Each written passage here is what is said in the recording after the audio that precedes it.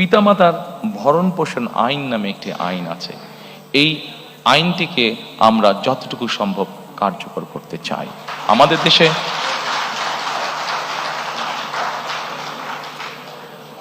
দেশে এরকম অনেক বৃদ্ধ পিতামাতা আছেন যাদেরকে অনেক সময় যে কোনো কারণে সন্তানরা দেখতে চায় না বা ভরণ পোষণ করে না, কিন্তু রাষ্ট্রের পক্ষ থেকে কিভাবে বৃদ্ধ পিতামাতাদের পাশে দাঁড়ানো যায়, কিভাবে তাদেরকে সহযোগিতা করা যায়, এই ব্যাপারে আমাদের পরিকল্পনা রয়েছে।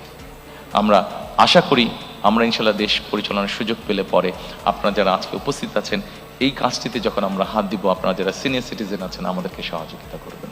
Thank you.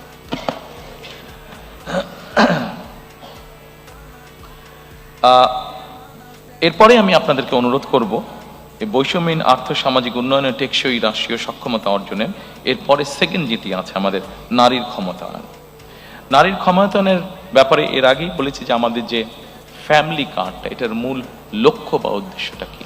মূল লক্ষ্য বা উদ্দেশ্য হচ্ছে, আমরা যদি জিনিসটাকে এইভাবে দেখি, এর আগে বেগম খালেদা জিয়া যতবার রাষ্ট্র পরিচালনা করেছেন আপনাদের সকলেরই ধারণা আছে যে নারীদের শিক্ষা ব্যবস্থা ক্লাস 1 থেকে 12 পর্যন্ত নারীদের শিক্ষা ব্যবস্থা উনি ফ্রি করেছিলেন।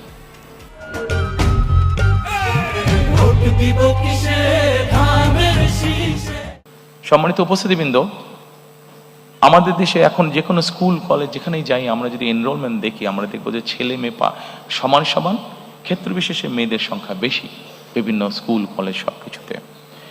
এখন শুধু শিক্ষা দিলে তো হবে না, আমি যেটা আগেই বলেছি, শিক্ষার পাশাপাশি আমাদেরকে অর্থনৈতিকভাবে সামাজিকভাবে এই নারীদেরকে আমাদের প্রতিষ্ঠিত করতে হবে। এই নারীদেরকে সামাজিক এবং অর্থনৈতিকভাবে প্রতিষ্ঠিত করে, শুধু শিক্ষা আছে, শিক্ষার সাথে সাথে যদি আমরা তাদেরকে অর্থনৈতিকভাবে প্রতিষ্ঠিত করতে পারি, সামাজিকভাবে প্রতিষ্ঠিত